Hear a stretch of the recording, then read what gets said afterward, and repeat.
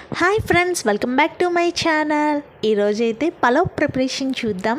ఇది చాలా సింపుల్ అండి, టేస్ట్ కూడా చాలా బాగుంటుంది.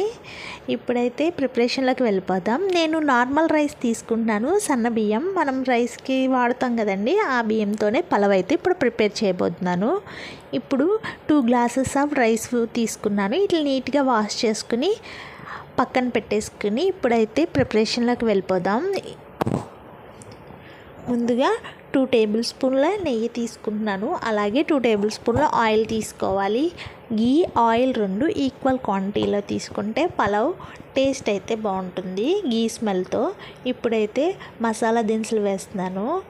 లవంగాలు, దాల్చిన చెక్క, ఇలాచి, జీలకర్ర, అలాగే జీడిపప్పు వేసుకొని ఒకసారి ఫ్రై చేసుకోవాలండి. ముందుగానే వెజిటేబుల్స్ కట్ చేసుకుని పక్కన పెట్టుకోవాలి. ఆనియన్స్ కట్ చేసుకున్నాను, క్యారెట్, టమాటో, పచ్చిమిర్చి, కొత్తిమీర, అలాగే పుదీనా అండి. కొత్తిమీర, పుదీనా మాత్రం కంపల్సరీగా వేయాలండి, వేయడం వల్ల టేస్ట్ బాగుంటుంది. అలాగే నేను కొబ్బరి పాలు కూడా వేస్తానండి పలావ్లో, కమ్మదనం కోసం. మనం 2 గ్లాసుల బియ్యం తీసుకున్నాం కాబట్టి 2 గ్లాసుల కొబ్బరి పాలు వేసుకుని మిగిలిన వాటర్ వేసుకుంటే సరిపోతుందండి. మసాలా దినుసులన్నీ ఫ్రై అయిపోయినాయి కదండి. ఇప్పుడైతే ఇందులోనే మనం కట్ చేసి పెట్టుకున్న వెజిటేబుల్స్ అన్నీ వేయాలండి. నేనైతే ఆనియన్స్ అలాగే పచ్చిమిర్చి వేసి ఒక్కసారి అయితే ఫ్రై చేసుకోవాలి. తర్వాత నెక్స్ట్ క్యారెట్, అలాగే టమాటో. నేను క్యారెట్ ఒకటి, టమాటో ఒకటి కట్ చేసుకున్నాను. బంగాళాదుంపలు కూడా ఒక దుంపే తీసుకున్నాను. ఆనియన్స్ వచ్చి 2 మీడియం సైజ్ ఆనియన్స్ వేస్తున్నాను. ఆనియన్స్ ఎక్కువ వేయడం వల్ల టేస్ట్ అయితే బాగుంటుంది.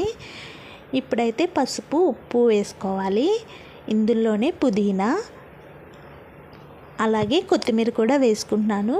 మిగిలింది సగమే వేసాను పుదీనా, కొత్తిమీర. మిగిలింది గార్నిష్ కోసమని ఉంచేసాను. వీటిలన్నిటిని కలిసేలాగా ఒకసారి ఆయిల్లో బాగా ఫ్రై చేసుకోవాలి. మూత పెట్టుకుంటున్నాను, మగ్గించుకోవాలి. ఇప్పుడు మగ్గిపోయినాయండి. మగ్గిపోయిన తర్వాత అల్లం వెల్లుల్లి పేస్ట్ వేసుకోవాలి. అల్లం వెల్లుల్లి పేస్ట్ వేసుకొని మొత్తం అంతా కలిసేలాగా ఒకసారి మిక్స్ చేసుకోవాలండి. ఇదిగోండి, బాగా ఫ్రై అయినాయి. ఇప్పుడు మనం ఆల్రెడీ రెడీ చేసి పెట్టుకున్న రైస్ని అయితే వేసుకుని ఒక 2 మినిట్స్ ఫ్రై చేయడం వల్ల, ఇలా ఫ్రై చేయడం వల్ల మనం రైస్ తయారైపోయిన తర్వాత ఒకదానికొకటి అతుక్కోకుండా పొడిపొడిలాడుతూ వస్తుందండి. అందుకోసం అని ఒక 2 మినిట్స్ రైస్ని అయితే ఆయిల్లో ఇలా ఫ్రై చేస్తున్నాను. ఇప్పుడైతే కొబ్బరి పాలు తీసుకుంటున్నాను. 2 గ్లాసుల బియ్యం తీసుకున్నాం కాబట్టి 2 గ్లాసుల కొబ్బరి పాలు, అలాగే 2 గ్లాసులు నార్మల్ వాటర్ వేస్తున్నాను. నేను నార్మల్ రైస్ తీసుకున్నాను కాబట్టి గ్లాస్కి వచ్చి 2 గ్లాసులు అనమాట వాటర్. అందుకని 2 గ్లాసులు కొబ్బరి పాలు వేసి 2 గ్లాసులు నార్మల్ వాటర్ అయితే వేసాను. ఇందులోనే బిర్యానీ పౌడర్ యాడ్ చేయాలి. ఒక 2 టేబుల్ స్పూన్ల బిర్యానీ పౌడర్ యాడ్ చేసేసి మూత పెట్టేయడమేనండి. ఇదిగోండి, చక్కగా కుక్ అయిపోయింది. మన అస్తమాట్లు కదపకూడదండి. ఇప్పుడు ఒకసారి మొత్తం వాటర్ అంతా ఇంకిపోయింది కాబట్టి ఫ్లేమ్ తగ్గించి ఒకసారి అయితే కదుపుకోవాలి. కొంచెం పలుకుందండి, అందుకోసమని మూత పెట్టుకుంటున్నాను. కొంచెం చెమ్మగా ఉంది, కొంచెం పొడిపొడిలాడుతూ వస్తుంది అనమాట. ఒక 2 మినిట్స్ ఫ్రై సిమ్లో పెడితే సరిపోతుంది. చాలా ఈజీ అండి అలాగే తయారు చేసుకోవడం. అంతేకాకుండా టేస్ట్ కూడా సూపర్గా ఉంటుందండి. దీని కాంబినేషన్లో వెజ్ కర్రీ అయినా బాగుంటుంది.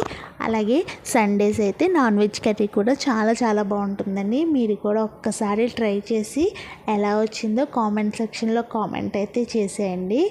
ఇదిగోండి, మగ్గడానికి మూత మీద కొన్ని వాటర్ వేసి అలా మూత పెట్టేసామనుకోండి, కింద ఎక్కడ కూడా మాడదండి. అందుకోసమని అలా మూత పెడతాము. ఫైనల్గా రైస్ అయితే రెడీ అయిపోయింది పలావు. ఈ పలావ్లోకి చికెన్ కర్రీ అయినా బాగుంటుంది. అలాగే మీరు వెజ్జెస్ అయితే వెజ్ కర్రీ, ఆలూ కర్రీ అయితే చాలా బాగుంటుంది. మీరు కూడా ఒక్కసారి అయితే ట్రై చేసేయండి. నేనైతే నాన్ వెజ్ కర్రీ చికెన్ కర్రీతో అయితే కాంబినేషన్లో అయితే తింటున్నాను. చాలా బాగుందండి.